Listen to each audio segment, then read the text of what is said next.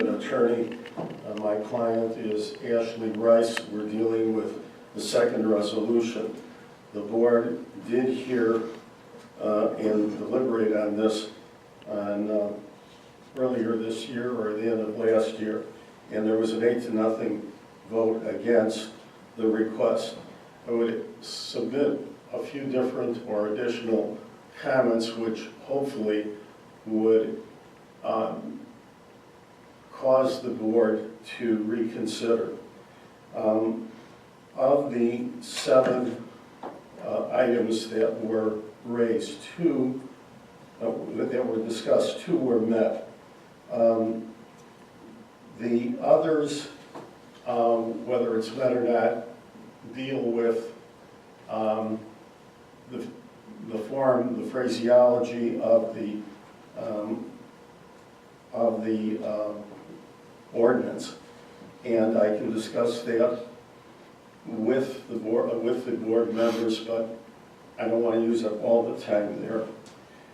What is interesting is that item 3 talks about alleviating a hardship created by liberal enforcement of the ordinance that would prevent yielding a reasonable return. My client's request doesn't deal with money. It is a hardship that is personal and medical. We bought a property. I didn't close it, but I'm aware of where it is. A property that had a front yard and another front yard, a side front yard. Because of the location of that building, when the prior owners had requested an amendment so that they could get a building permit to add an addition, it was approved. Then there was a request for approval of the garage addition, and that was approved. So when my clients bought the property, there was nothing on the record that would indicate any restriction, and in fact, there's no question in our mind as to the sufficiency and legality of those 2 additions, but the result of that is there's no space on the back end or on the portion of the street which is east of, I think it's Early Street. But what is hardship here is that Ashley has an autoimmune problem. Normally I doubt that you would hear of this, but there are many cases of instances of autoimmune diseases. She has lupus, there's cancer, there's Hodgkin's, leukemia, rheumatoid arthritis. You wouldn't think that, but something my wife has, sarcoidosis. These things are treated largely by chemotherapy. The result of that is that the patient is debilitated. Ashley and Rhiyand have a small child, 1-year-old. They also have a 12-year-old. The 12-year-old is not a problem, but the baby cannot play anywhere, and because of her condition, she can't follow the baby. She can't run with the baby. I know that with my wife. She is restricted in her walk. This last week was awful. So if a stranger were to approach and you had a 3-foot fence, which is about this high, I don't know how you can note that in your minutes, but 3 feet, they could reach over, grab the baby, and Ashley couldn't, if she saw it through the window, she couldn't run. She can't. She has no balance. She has 2 more months of treatments. We don't know what will happen again, but the normal course is you get it into a remission, and then you have more chemotherapy. Very debilitating. The bigger problem is that if there's no site restriction in terms of a chain link fence. Somebody could be sitting in a parked car across the street or perhaps in a driveway, and when he or she, they had an opportunity, they could go run and get the child. But 6 feet is high, and that was the request. So the proposition that we are making and that we did put forth in a letter that hopefully you had in the packet is 5 feet would be good. So 6 feet would take you here, 5 feet, not for short people, but for the normal height. You could see, but you couldn't reach over and grab a child. The issue that was raised about the site triangle, and which the head of the department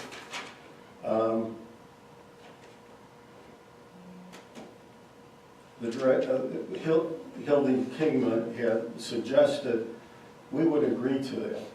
That is because there would be a problem with a car backing out from our garage. We would do the site, S-I-G-H-T, the site reduction to avoid any difficulties. As Hildy said, there are really no other traffic issues because while this is a corner, it's not 4 90-degree angles. It is a curve, so it's more in the nature of a T or a Y than a circumstance of a 4-way corner. So again, if you have any questions about how we would meet the other issues, please ask them and I'll go through it. For example, one of them says it does that this would create a special privilege if granted. Yes, of course it would, because you don't want everybody to have a high fence. But in this circumstance, as I said, there's no room in the back of the house or on the side of the house, and there is a safety issue and a health circumstance. So we would ask the board if they would perhaps readdress the issue and grant the special variation, the major variation. Thank you. Just for clarification, let me point out that what this board has not previously heard this matter. You implied that the board had, we have not heard it before. And I'm presuming, I can only presume, that the same arguments that you were present before the planning board and you made the same arguments before that. I was not at the board. The decision was made by the planning board and the recommendation is forthcoming to the village board based upon what the planning commission unanimously decided. So what the village board is deciding this evening is whether to respect the ratify, what's the proper terminology? Respect the decision of the planning and zoning board's recommendation. And you know, I would just suggest that perhaps you should have made these arguments to the planning board at the time that they heard the situation. That not having, apparently not, Hildy, was there similar arguments made at that time? And if so, what was the commission's reaction to those? The issue of the health and the child was not brought up, but I do have to point out that variations are granted based on the unique circumstances of the property, not of the people who live on the property. That's a very important distinction based on state statute, and it's pretty much standard from one end of the country to the other. And that would be consistent with what you explained earlier, that in fact the standard applies to the property and not to the resident of the property. Correct. Which is why the grandfathered clauses continue as long as the fence is standing in a good condition. Correct. Mr. Mayor, My client would like to make. Your client has the right to come to the podium and speak for 5 minutes, and she can identify herself the same way as you did. Anyone in the audience can do that for up to 5 minutes. Hi, my name is Ashley Rice. I asked for the variance. When I first came to the village hall, they told me the standards were 3 feet, and I asked, was there anything that could be done about it? I spoke to Hildy, and she explained I could go through this process. I asked her about the blind spots. As the person that was building my fence explained to me that it could be a blind spot for cars coming in. She told me that there was no blind spot that I had to worry about because my house sits so far back in the corner, it's literally taking up all the back space. So she also told me that I couldn't say anything for personal reasons, which I understood.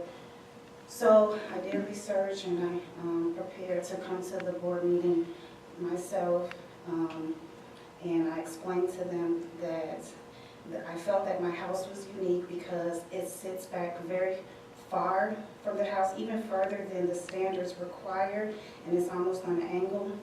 Also, not all corner houses do not have a backyard.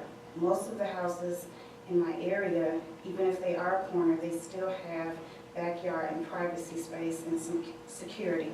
In fact, when I bought the house, there was a house down the street that is a corner house right off of Indiana. It's a beautiful house, and it has a fence, so I assumed that I could get a fence like that when they have a privacy 6-foot fence. When I got to the meeting, after I couldn't speak anymore, Hildy brought up the fact that there is another blind spot, that she sent the information in attachment, so I wasn't aware of this other blind spot. So when the board began to hear that I could possibly back up and to hit someone that's on the sidewalk, the shift of safety came, and of course nobody really wanted to approve the fence. I was no longer able to speak about the fact that I would meet those standards and I would require safety. I've even considered lowering the fence. I feel as far as it making the neighborhood friendly, I wasn't able to speak about personal views. I feel that's a personal opinion about what makes the neighborhood look friendly. I feel I'm a part of Park Forest. I think it's homeowner friendly for me to be able to use all my property instead of having, us standing outside. I think it would look aesthetically better if they're worried about how it looks, because if I had a 3-foot fence and I put a play area out there or a couch, when you drive by, you're going to see all of this stuff towering over it. That, to me, looks tackier than opposed to being closed in. When you look at the other property, it looks nice. It's not unfriendly or it looks unsafe. It doesn't create any issues. I feel that my house is unique in how far it sits back, opposed to even all the other houses. I'm literally on the edge of the property. You cannot utilize any privacy. Thank you. Also, I said I would consider a 5.5 or 5, but to meet the standards of privacy and safety, I think that a chain link fence doesn't meet those needs. So, thank you for your time. Thank you very much. Well, the board will have to consider this in terms of its action when it's on the agenda for action. I just have to say, and I'm very sympathetic to circumstances where folks may or may not know of rules and regulations at the time that they move in. I think, however, that pretty much relates to all of us. It's not unique. The neighborhood where I live, there's very, very tight restrictions in terms of what I could do. In fact, as a matter of fact, I can't put a fence around my backyard. It's not permitted. When I put a deck on, I had to have certain restrictions as to how that deck would be located, because my neighbor has a right to be able to look out their windows and not have an obstructed view. We have put in place standards that we think are consistent in terms of applying the benefits as broadly as possible to as many people as possible. And it's that kind of classic notion that what for one person may seem to be not an interference, for another person would be an interference. And so standards have been applied, the ordinances have been adopted. In this particular case, it's one that has been on the books, since the 1980s. It's unfortunate that whoever you bought the house from, they didn't share that information with you, or you didn't find that information out. But I don't know that that in and of itself is an argument for why we should make an exception. I think the exceptions have to be in cases of, where the situation truly demands it. I would submit, now, I don't want to be overly judgmental on this, but I would submit that a child that's 1 year old shouldn't be left out in the yard by itself anyway, no matter how high the fence is. Because the truth of the matter is, there's other circumstances, a child that's under the age of 3, for example, just given the nature of what happens in our society and the things that a child can get involved in. So I don't know that that argument of looking out the window and seeing something happen and being able to get outside in time to prevent it, I don't think that please, I allowed you to speak without interruption. I don't know that from my perspective that that's an argument that I find to be one that would sway my opinion on this. But we have heard your objection. We have the recommendation of the Plan Commission members. And when it comes up for a vote, the board will have to make a decision individually on which way it will go. So thank you very much for coming and expressing your opinion to both of you. Okay, moving on then